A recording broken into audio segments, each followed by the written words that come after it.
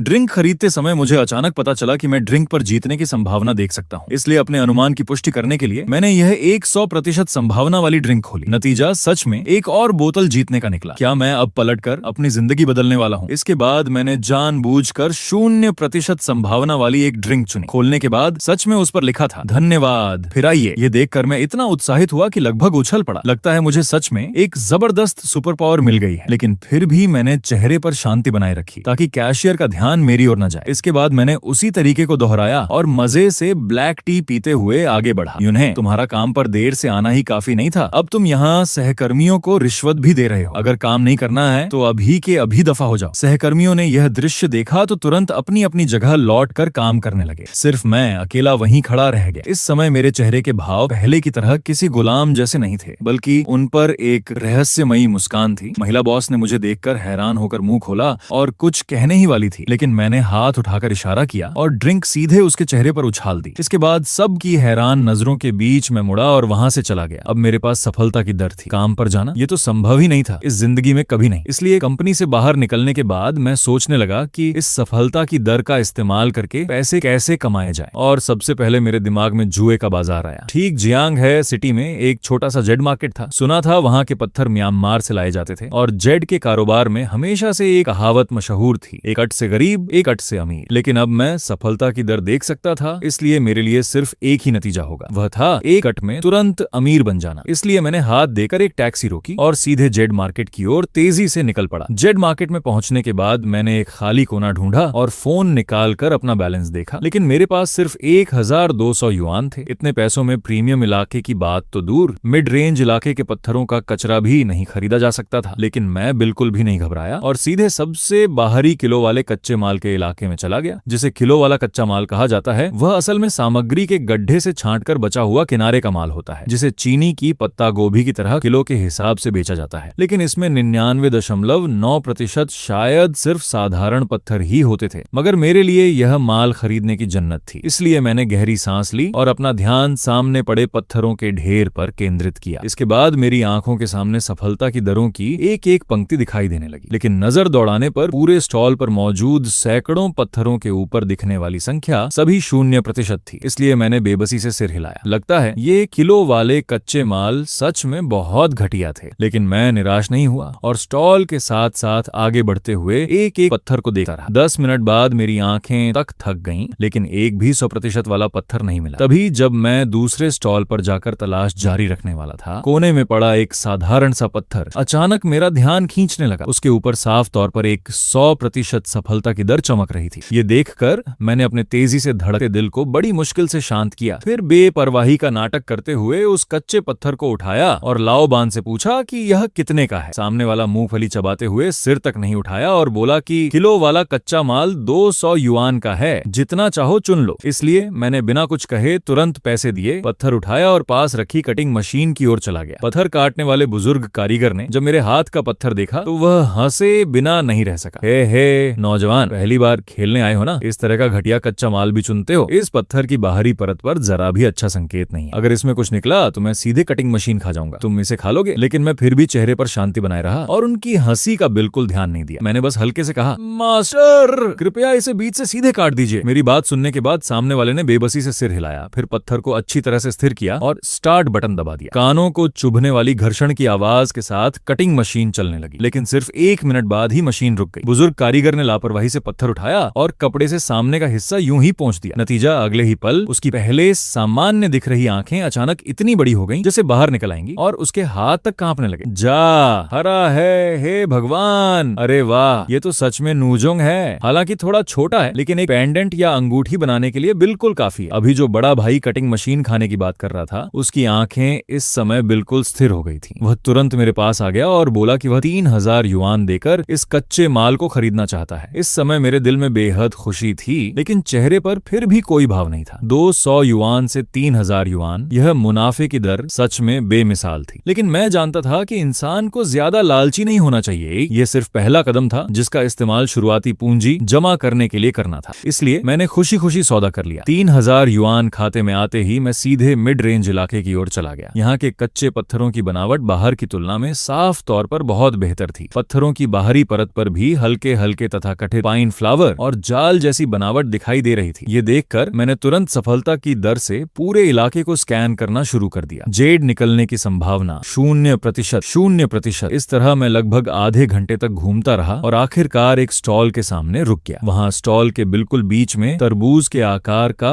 एक कच्चा पत्थर रखा हुआ था और उसके ऊपर चमक रही संख्या ने मेरे दिल को खुशी से भर दिया। जेड निकलने की संभावना 100%। इसलिए मैं पास जाकर ध्यान से देखने लगा। नीचे एक पंक्ति में छोटे अक्षर भी दिखाई दी। मेरे दिल में अचानक खुशी की लहर दौड़ गई। ये तो ग्लास किस्म के बाद सबसे बेहतरीन किस्म है। अगर इसे काट कर निकाल लिया जाए तो कुछ दसियों हजार की तो बात ही छोड़ो, 1 लाख से ज्यादा भी मिल सके हैं शायद। इसलिए मैंने गहरी सांस ली और उस पत्थर की ओर इशारा करते हुए मालिक से उसकी कीमत पूछी। सामने वाला दुबला पतला अधेड़ आदमी था। उसने मुझे ऊपर से नीचे तक देखने के बाद मेरे साधारण कपड़ों को देखकर कहा, वह पत्थर पुराने खदान का माल है, इसकी गुणवत्ता बहुत अच्छी है, एक कीमत 28,000। ये सुनते ही मेरे दिल की धड़कन रुक सी गई, क्योंकि अभी मेरी जेब में कुल मिलाकर सिर्फ 3,000 युआन के आसपास थे। 28,000 का तो एक छोटा सा हिस्सा भी नहीं था। जब मैं सोच रहा था कि क्या पहले कहीं और जाकर कुछ पैसे जुटा लूं, तभी मेरी आंखों के कोने से अचानक उस हाई आइस किस्म के कच्चे पत्थर के पास एक लंबा सा पत्थर दिखाई दिया, जिसे मेज के कोने के नीचे लगाया गया था। उसके ऊपर भी एक पंक्ति में लिखा था, जेड निकलने की संभावना 100%, किस्म आइस नुजोंग पिया हुआ। ये देखकर मेरे दिल में खुशी की लहर दौड़ गई। सच में आसमान कभी किसी इंसान के सारे रास्ते बंद नहीं करता। इसलिए मैंने जानबूझकर अफसोस से सिर हिलाया और कहा कि 28,000 बहुत महंगा है, मैं इसे खरीद नहीं सकता। इसके बाद मैंने पैर से हल्की सी ठोकर मारी और ऐसा दिखाया जैसे गलती से उस लंबे पत्थर से टकरा गया हूँ। मालिक, आपकी यह मेज भी ठीक से स्थिर नहीं है। मुझे यह टूटा फूटा पत्थर काफी लंबा लग रहा है। इसे घर ले जाकर अपने कुत्ते के दांत घिसने के लिए इस्तेमाल कर लूंगा। कितने में देंगे? छोटे भाई, तुम भी कमाल करते हो। वह तो मैंने उठाकर मेज के कोने के नीचे लगाने के लिए रखा हुआ बेकार पत्थर है, लेकिन अगर तुम्हें चाहिए तो 800 युआन देकर ले जाओ। क्या एक टूटे हुए पत्थर के 800 युआन 300 में दोगे? नहीं दूंगा। तो मैं चलता हूँ। ठीक है, देख रहा हूँ कि तुम सच में खरीदना चाहते हो, तो 300 युआन में ले जाओ। इसके बाद मैंने QR कोड स्कैन करके भुगतान किया और उस लंबे पत्थर को उठाकर एक बार फिर कटिंग मशीन के सामने पहुंच गया। लेकिन इस बार मैंने मास्टर से इसे काटने के लिए नहीं कहा, बल्कि एक ग्राइंडर उधार लिया और खुद इस कच्चे पत्थर पर एक छोटा सा कट लगाने का फैसला किया, क्योंकि सफलता की दर से मुझे पता चला था कि इस कच्चे पत्थर की बाहरी परत जेड की दरार के काफी करीब है। अगर कटिंग मशीन का इस्तेमाल किया गया तो अंदर मौजूद जेड को नुकसान पहुंच सकता था। ग्राइंडर के घिसने के साथ ही एक नीला हरा रंग अचानक बाहर दिखाई देने लगा। इसके बाद जो बाजार पहले शोर से भरा हुआ था, वह एक सेकंड के लिए शांत हो गया और फिर अचानक चारों तरफ से ठंडी सांस खींचने की आवाजें आने लगी। हे भगवान, यह आइस नुजोंग है और यह पियाओ लान हुआ भी है। इसका पानीपन और बेस तो कमाल का है। इसी समय पत्थर बेचने वाला मालिक वहां से गुजर रहा था। यह दृश्य देखते ही उसके हाथ का थर्मस सीधे जमीन पर गिर गया। उसने सपने में भी नहीं सोचा था कि जो बेकार पत्थर उसने मेज के कोने के लिए सिर्फ 300 युआन में बेच दिया था, उसमें से बेहतरीन आइस नुजोंग निकल आएगा। और अभी मैं पत्थर को पूरी तरह से घिस भी नहीं पाया था कि मेरे आसपास पहले ही कई बड़ी ज्वेलरी दुकानों के खरीदारों की भीड़ जमा हो गई। छोटे भाई, इसे और मत घिसो, जितना ज्यादा घिसोगे जोखिम उतना बढ़ेगा। मैं 20,000 में सीधे खरीदता हूँ। तुम्हारे 20,000 गए भाड़ में। छोटे भाई, मैं 40,000 देता हूँ। 50,000, मैं 50,000 देता हूँ, नकद, अभी तुरंत ट्रांसफर कर दूंगा। लोगों की लाल आंखों से बोली लगाने की हालत देखकर मेरे मन में ठंडी हंसी आई, क्योंकि सफलता की दर से मैं पहले ही पता लगा चुका था कि इस आइस न्यूजोंग को 60,000 युआन में बेचा जा सकता है। लेकिन मैं यह भी अच्छी तरह जानता था कि अभी ज्यादा दिखावा करना ठीक नहीं था और मेरे लिए 50,000 युआन भी शुरुआती पूंजी के रूप में काफी थे। इसलिए मैंने तुरंत इसे उस मोटे मालिक को बेच दिया जिसने 50,000 की बोली लगाई थी। फोन पर 50,000 से ज्यादा की रकम देखकर मैंने लंबी सांस छोड़ी। नौकरी छोड़ने से लेकर अब तक सिर्फ 2 घंटे से भी कम समय में मैं एक गरीब इंसान से 50,000 युआन की बचत वाला इंसान बन गया था। तो सुपर पावर होने का एहसास ऐसा होता है, लेकिन मैंने यह भी देखा कि आसपास कुछ बुरे इरादे वाले लोग मुझे घूर रहे थे और जेड बाजार का माहौल बहुत गहरा था। अगर मैं इसी तरह हर बार सही निशाना लगाता रहा तो शायद मैं इस जगह से बाहर भी नहीं निकल पाता। इसलिए मैंने लोगों की अनिच्छुक नजरों के बीच बिना किसी हिचकिचाहट के तेज कदमों से वहां से निकल गया। जेड बाजार से बाहर निकलने के बाद दोपहर के 1 बज चुके थे। इसलिए मैंने पहले कुछ अच्छा खाने और खुद को इनाम देने का फैसला किया। लेकिन जैसे ही मैं सड़क के कोने तक पहुंचा, मैंने एक लॉटरी की दुकान के बाहर लोगों की भीड़ देखी। पता चला कि दुकान में अभी अभी नई स्क्रैच लॉटरी आई थी। बहुत से लोग मेज पर झुककर ध्यान से उन्हें खुरच रहे थे और उनके मुंह से बीच बीच में पछतावे और गुस्से की गालियां निकल रही थीं। ये दृश्य देखकर मैं रुक गया और मेरे होंठों पर हल्की सी मुस्कान आ गई। जुए से पैसे तो कमाए जा सकते हैं, लेकिन इससे बहुत आसानी से लोगों की नजर लग जाती है। इसके मुकाबले स्क्रैच लॉटरी लॉटरी जैसी चीज में अगर इनाम निकल भी जाए तो दूसरे लोग सिर्फ यही समझेंगे कि तुम्हारी किस्मत चमक गई और सब कुछ भाग्य के भरोसे हुआ। इसलिए शुरुआती पूंजी जल्दी जमा करने के लिए इससे बेहतर तरीका हो ही नहीं सकता। लॉटरी की दुकान में जाने के बाद मैंने देखा कि मालिक ग्राहकों के छोटे इनाम बदलने में व्यस्त था। इसलिए मैं काउंटर के सामने खड़ा होकर तरह तरह की स्क्रैच लॉटरी की ओर देखने लगा। इसके बाद परिचित सफलता की दर फिर से मेरी आंखों के सामने दिखाई देने लगी। इनाम निकलने की संभावना 0%, इनाम निकलने की संभावना 0%, इनाम निकलने की संभावना 100%, इनाम 10 युआन। मैंने पूरे स्टॉल को एक बार स्कैन किया और पाया कि 90% से ज्यादा स्क्रैच लॉटरी में कोई इनाम नहीं था। बाकी में भी अगर इनाम निकलता था तो 10 या 20 युआन जैसे सिर्फ ऐसे वापस करने वाले इनाम ही थे। कोई आश्चर्य नहीं कि वे लोग सिर पर पसीना आने तक खुरच रहे थे, फिर भी किसी को अमीर होते नहीं देखा। जब मुझे लगा कि इस दुकान में कोई बड़ा इनाम नहीं है, तभी अचानक मेरी नजर सबसे नीचे मौजूद 30 युआन प्रति टिकट वाले गुड लक 10 टाइम्स वाले हिस्से पर पड़ी। वहाँ एक लॉटरी टिकट के ऊपर चमकदार 100% दिखाई दे रहा था। इनाम 1 लाख युआन। ये देखकर मेरे दिल की धड़कन अचानक तेज हो गई। 1 लाख युआन भले ही सबसे बड़ा इनाम नहीं था, लेकिन फिर भी यह एक बड़ी अप्रत्याशित रकम थी। इसलिए मैं शांत चेहरे के साथ वहां चला गया, लेकिन मैंने सीधे उस 1 लाख युआन वाली स्क्रैच लॉटरी को नहीं उठाया, क्योंकि अगर मैं सिर्फ एक टिकट खरीदकर सीधे 1 लाख युआन जीत जाता तो मालिक को जरूर शक होता कि मेरे पास कोई अंदर की जानकारी है या नहीं। इसलिए दूसरों की नजरों से बचने के लिए मैंने हाथ से उस गुड लक 10 टाइम्स वाली किताब की ओर इशारा किया और मालिक से सीधे 5 टिकट निकालने को कहा। इस तरह वह 1 लाख वाला टिकट, उसके ऊपर और नीचे वाली कुछ टिकटों समेत मैंने उन सभी को एक साथ खरीद लिया। इसके बाद मैं उन 5 स्क्रैच लॉटरी टिकटों को लेकर पास वाली मेज पर गया और एक सिक्के से धीरे धीरे उन्हें खुरचना शुरू किया। पहली टिकट में, जैसा कि उम्मीद थी, कोई जीतने वाला नंबर नहीं निकला। इसलिए मैंने नाखुश होने का नाटक करते हुए दूसरी टिकट खुरची, लेकिन नतीजा फिर भी वही रहा, कोई इनाम नहीं निकला। तभी बगल में बैठे एक बड़े भाई ने मुझे देखा और दिलासा देते हुए कहा, छोटे भाई, ये चीज किस्मत का खेल है। अगर आज तुम्हारा दिन ठीक नहीं चल रहा है तो मत खुरचो। मैं उसकी ओर देखकर मुस्कुरा दिया और कुछ नहीं कहा, बल्कि तीसरी टिकट उठा ली, यानी वही टिकट जिसकी सफलता की दर 100% थी। पहले मैंने जीतने वाला नंबर खुरचा, वह 18 था। इसके बाद मैंने नीचे दिए गए नंबरों को थोड़ा थोड़ा करके खुरचना शुरू किया। जब तीसरी पंक्ति तक पहुंचा तो वहां साफ तौर पर 18 दिखाई दिया और 18 के नीचे साफ साफ 1 लाख युआन लिखा था। हालांकि मैं पहले से तैयार था, लेकिन जब मैंने सच में इन नंबरों को देखा तब भी मैं खुद को एक गहरी सांस लेने से नहीं रोकाया। इसके बाद मैंने अपने ऊपर उठते होंठों को बड़ी मुश्किल से दबाया। फिर वह टिकट लेकर काउंटर के पास गया और नाटक करते हुए मालिक से पूछा कि क्या इसमें इनाम निकला है। मालिक सिर झुकाकर फोन चला रहा था। उसने बहुत अनिच्छा से टिकट लिया और एक नजर उस पर डाली, लेकिन इसी एक नजर ने उसे ऐसा उछला दिया जैसे उसे बिजली का झटका लगा हो। इकाई, दहाई, सैकड़ा, हजार, 10,000, 1 लाख। हे भगवान, 1 लाख! तुमने 1 लाख जीत लिया। हे भगवान, मैं यहाँ 3 साल से टिकट खुरच रहा हूँ और ज्यादा से ज्यादा 500 युआन ही जीते हैं। तुमने सिर्फ 3 टिकट खुरची और 1 लाख जीत लिया। सबकी बेहद जलन और ईर्ष्या भरी नजरों को देखकर मैंने भोलेपन से सिर खुजाया और कहा कि बस मेरी किस्मत अच्छी थी, क्योंकि रकम 10,000 युआन से ज्यादा थी, इसलिए लॉटरी की दुकान सीधे भुगतान नहीं कर सकती थी। इसलिए मालिक ने बड़े उत्साह से मेरे लिए जीत का प्रमाण पत्र बनाया और मुझे पुरस्कार लेने के लिए शहर के लॉटरी केंद्र जाने को कहा। इसके बाद मैं टैक्सी लेकर शहर के लॉटरी केंद्र पहुंचा। 20% व्यक्तिगत आयकर देने के बाद 80,000 युआन सुरक्षित रूप से मेरे बैंक कार्ड में आ गए। पहले के पैसों को मिलाकर अब मेरे कार्ड में 1,30,000 से ज्यादा युआन थे। 6 अंकों का यह बैलेंस देखकर मेरा दिल खुशी से झूम उठा। सुबह उठने से लेकर अब तक सिर्फ आधे दिन से थोड़ा ज्यादा समय बीता था और मैंने उतने पैसे कमा लिए थे जिन्हें एक आम इंसान को 2-3 साल में जमा करना पड़ता। इसलिए खाना खाने के बाद मैं बड़ी रकम लेकर अपने किराए के कमरे में वापस आया और अच्छी तरह से सो गया। अगली सुबह जब सूरज की पहली किरण कमरे में आई तब तक मैंने एक नई योजना बना ली। जेड बाजार बहुत जोखिम भरा था और आसानी से लोगों की नजर में आ जाता था। वहीं स्क्रैच लॉटरी की सीमा बहुत कम थी। कई लाख के मुख्य इनाम को जीतना मूल रूप से पूरी तरह किस्मत पर निर्भर था। तो अब पैसे कमाने का सबसे सही रास्ता सिर्फ पुरानी वस्तुओं का बाजार था। कहावत है, अशांत समय में सोना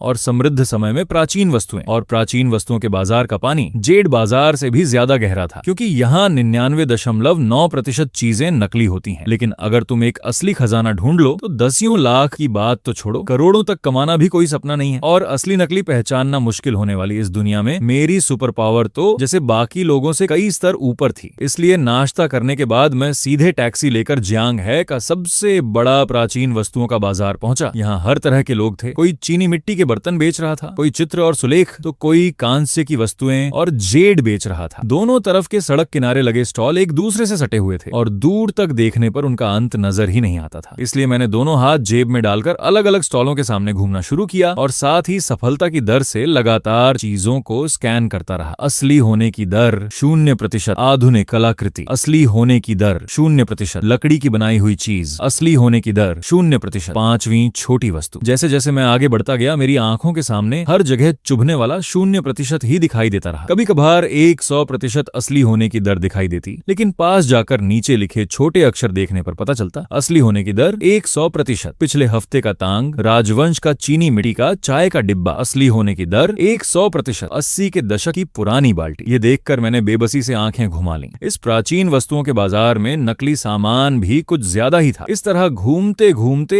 1 घंटे से ज्यादा हो गया और मेरी आंखें तक थक गईं। लेकिन तभी जब मैं किसी जगह रुककर आराम करने वाला था, एक सुनसान कोने में लगे सड़क किनारे के स्टॉल ने अचानक मेरा ध्यान खींच लिया। उस स्टॉल का मालिक एक दुबला पतला बूढ़ा आदमी था जिसने गोल टोपी पहन रखी थी। उसके स्टॉल पर मिट्टी से सनी तरह तरह की पुरानी और टूटी फूटी चीजें पड़ी थीं। कुछ तांबे के सिक्कों पर तो हरी जंग तक जमी हुई थी। उन्हें देखकर ऐसा लग रहा था जैसे अभी अभी किसी कब्र से खोद कर निकाला गया हो। इसलिए मैंने आदतन सफलता की दर से एक नजर डाली। मुझे लगा था कि फिर से ढेर सारे 0% दिखाई देंगे, लेकिन उम्मीद के विपरीत स्टॉल के एक कोने में 100% असली होने की दर दिखाई दे रही थी। किंग राजवंश के क्युआनलॉन्ग काल का बेहतरीन छोटे पत्ते वाला डिब्बा, आभूषण की वस्तु। ये देखकर मेरे दिल की धड़कन अचानक तेज हो गई। छोटे पत्ते वाला डिब्बा, और वह भी किंग राजवंश के क्वियनलॉन्ग काल का। ये चीज अगर सिर्फ एक खाली डिब्बा भी हो तो नीलामी घर में इसकी कीमत कम से कम कई लाख से शुरू होगी। इसलिए मैंने अपने उत्साहित मन को दबाया और नाटक करते हुए एक टूटे हुए चीनी मिट्टी के कटोरे को पसंद किया। फिर बूढ़े आदमी से पूछा कि ये कटोरा कितने का है। दुबले बूढ़े ने जैसे ही देखा कि कोई ग्राहक आया है, उसकी आधी बंद पलकें तुरंत उठ गईं। छोटे भाई, तुम्हारी नजर अच्छी है। ये तो सोंग डायनास्टी के रू किल्न का बचा हुआ टुकड़ा है। हालांकि इसमें एक हिस्सा टूटा हुआ है, लेकिन इसका ऐतिहासिक मूल्य बहुत ज्यादा है। लगता है तुम भी इस काम को समझते हो। एक कीमत 50,000। ये सुनकर मेरे मन में ठंडी हंसी आई, क्योंकि मेरी आंखों के सामने के आंकड़े साफ साफ लिखे थे कि ये कल ही बनाया गया आधुनिक चीनी मिट्टी का बर्तन था। लेकिन मैंने उसका पर्दाफाश नहीं किया, बल्कि ऐसा दिखाया जैसे कीमत सुनकर पीछे हट गया हूँ। बहुत महंगा है। मैं तो बस कोई चीज खरीद कर घर में सजाने के लिए ले जाना चाहता था। अगर मेरी माँ को पता चला कि मैंने एक टूटे हुए कटोरे के लिए 50,000 खर्च किए हैं, तो वह मुझे पीट पीट कर मार डालेगी। छोटे भाई, जाओ मत। खरीद बिक्री में ऐसा ही होता है। दुकानदार कीमत आसमान पर रखता है और खरीदार अपनी कीमत लगाता है। तुम ही कोई कीमत बताओ। ये कटोरा तो मैं नहीं खरीद सकता, लेकिन तुम्हारा ये टूटा हुआ डिब्बा काफी पुराना और खूबसूरत लग रहा है। ठीक है, मेरे पास एक मुहर है जिसे रखने की कोई जगह नहीं है। ऐसा करते हैं, मैं तुम्हारा यह लकड़ी का डिब्बा 300 युआन में खरीद लेता हूँ। छोटे भाई, ये डिब्बा साधारण नहीं है। ये रिपब्लिक ऑफ चाइना काल का लाल चंदन का डिब्बा है। 300 तो बिल्कुल नहीं हो सके। कम से कम 3000 युआन तो चाहिए। दादाजी, क्या आप सच में मुझे बेवकूफ समझ रहे हैं? ये लकड़ी तो हल्की सी है और इसका सारा रंग भी उतर चुका है। ज्यादा से ज्यादा 500 युआन दूंगा। नहीं बेचते तो मैं अभी चला जाता हूँ, है ना? 500 तो 500 ही सही। इसे बेचकर आज की शुरुआत कर लेता हूँ। ये सुनकर मेरे मन में खुशी की लहर दौड़ गई, लेकिन ऊपर से मैंने अनिच्छा का नाटक किया और फोन से 500 युआन का भुगतान कर दिया। फिर एक झटके में डिब्बा उठा लिया और जैसे ही वह मेरे हाथ में आया, मुझे उसका वजन और बनावट महसूस हुई। यह निश्चित रूप से असली था। इसलिए मैंने अपने ऊपर उठते होंठों को बड़ी मुश्किल से दबाया और बिना पीछे देखे वहां से निकल गया। स्टॉल से निकलने के बाद मैंने बिल्कुल देर नहीं की और सीधे प्राचीन वस्तुओं की सड़क की सबसे बड़ी और सबसे भव्य दुकान जूबाओ पवेलियन में चला गया। इस स्तर की दुकानें कभी सड़क किनारे के स्टॉलों पर धोखा देने जैसे काम नहीं करती थीं। वे सिर्फ बड़े सौदे करती थीं और उनके पास पेशेवर मूल्यांकन करता भी होते थे। मैं जैसे ही अंदर गया, पारंपरिक पोशाक पहने एक स्वागत कर्मी मुस्कुराते हुए मेरे पास आई। सर नमस्ते, क्या आप कोई वस्तु देखना चाहते हैं या कुछ बेचने आए हैं? सबसे अच्छे मास्टर को बाहर बुलाकर देखवा दीजिए। उस समय स्वागत कर्मी ने मेरे गंदे लकड़ी के डिब्बे पर नजर डाली। उसकी आंखों में थोड़ी हैरानी झलकी, लेकिन उसकी अच्छी पेशेवर समझ ने उसे ज्यादा सवाल पूछने से रोक दिया। जल्द ही चश्मा लगाए और पारंपरिक चीनी कपड़े पहने एक बुजुर्ग बाहर आए। उन्होंने पहले लापरवाही से लकड़ी के डिब्बे पर नजर डाली, लेकिन जैसे ही उनकी नजर डिब्बे के नीचे की नक्काशी पर पड़ी, उनका चेहरा तुरंत बदल गया। यह छोटे पत्ते वाले लाल चंदन की गाय के बाल जैसी रेखाएं हैं और इस नक्काशी तथा पुरानी परत को देखकर साफ है कि यह चिंग डायनेस्टी के शाही निर्माण विभाग की कारीगरी है। छोटे भाई, तुम्हें यह चीज कहाँ से मिली? प्राचीन वस्तुओं के कारोबार में स्रोत नहीं पूछा जाता। आप बस यह बताइए कि आप इसे खरीदेंगे या नहीं और कितने पैसे देंगे। 3 लाख। छोटे भाई, ये डिब्बा भले ही बेहतरीन है, लेकिन इसकी देखभाल ठीक से नहीं हुई और इसकी ऊपरी परत बुरी तरह खराब हो गई है। 3 लाख युआन ही हमारी जुबाओ पवेलियन की ओर से दी जाने वाली सबसे ऊंची कीमत है। ये सुनकर मेरे मन में खुशी की लहर दौड़ गई। 500 युआन में खरीदा और पलटकर 3 लाख में बेच दिया। ये मुनाफा सच में बेमिसाल था, लेकिन ऊपर से मैंने फिर भी कोई भाव नहीं दिखाया, बल्कि भौहें सिकोड़ ली। 3 लाख। बुजुर्ग महोदय, क्या आप यह सोचकर मुझे बेवकूफ बना रहे हैं कि मुझे इस काम की जानकारी नहीं है? ये तो पुराने राजवंश के समय की वस्तु है। इसकी कीमत सिर्फ 3 लाख कैसे हो सकती है? अगर जुबाओ पवेलियन सच में खरीदना नहीं चाहता तो मैं सामने वाली वनबाओ हाउस में जाकर देखता हूँ। ये देखकर कि मैं जाने वाला हूँ, बुजुर्ग तुरंत बेचैन हो गए, क्योंकि अगर वे इस डिब्बे को खरीद लेते तो थोड़ी सफाई और पॉलिश करने के बाद इसे कम से कम 5 लाख में बेच सकते थे। इसलिए बुजुर्ग ने दांत भींचकर कहा, 3,50,000 यही मेरी आखिरी कीमत है। ये सुनते ही मैं रुक गया और तुरंत पीछे मुड़कर कहा, सौदा मंजूर। फोन पर पैसे आने की सूचना देखकर मेरी कुल संपत्ति अब 5 लाख युआन के करीब पहुंच चुकी थी। कल नौकरी छोड़ने से लेकर अब तक सिर्फ 1 दिन और 1 रात में मैं एक मजदूर से आधा करोड़पति बनने की स्थिति तक पहुंच गया था। जुबाओ पवेलियन से बाहर निकलने के बाद मैंने ताजी हवा की एक गहरी सांस ली। मुझे लग रहा था कि अब तो चलते समय भी मेरे कदम हवा में तैर रहे हैं। 5 लाख युआन कम नहीं थे, लेकिन इस प्रथम श्रेणी के शहर में शायद एक घर की डाउन पेमेंट के लिए भी काफी नहीं थे, और मेरा लक्ष्य इससे कहीं बड़ा था। जब प्राचीन वस्तुओं के बाजार में इतना मुनाफा था तो मुझे और ज्यादा कमाने में कोई आपत्ति नहीं थी। ये सोचकर मैं फिर से प्राचीन वस्तुओं की सड़क के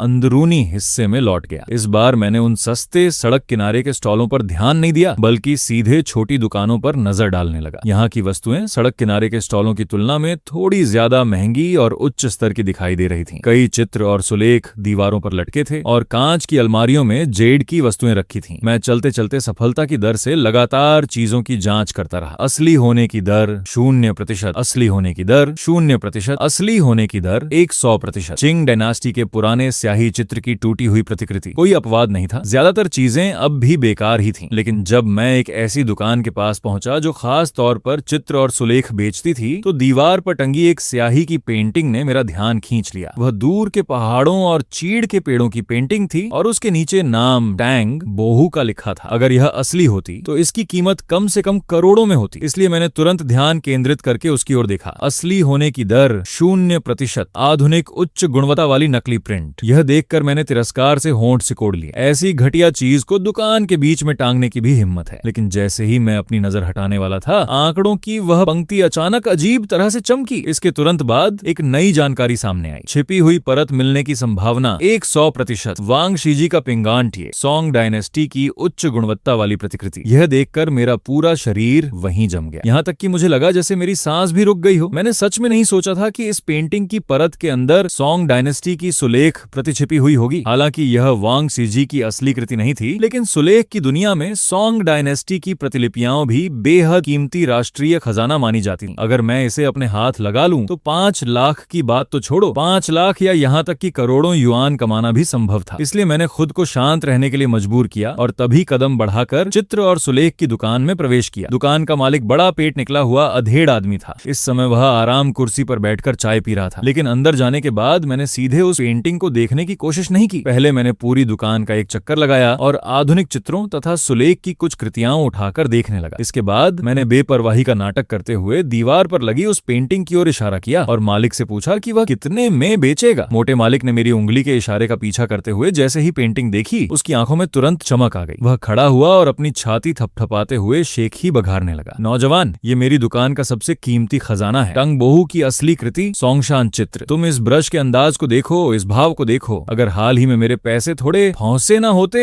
तो मैं इसे बेचने के लिए बिल्कुल नहीं निकालता। एक कीमत 2 लाख युआन, 1 पैसा भी कम नहीं होगा। ये सुनकर मैं लगभग अपनी हंसी रोक नहीं पाया। 2 लाख में एक आधुनिक प्रिंट बेचने की कोशिश कर रहा था। इस मोटे आदमी की हिम्मत सच में बहुत थी। इसलिए मैंने ठंडी हंसी के साथ उसकी बात का बेरहमी से पर्दाफाश कर दिया।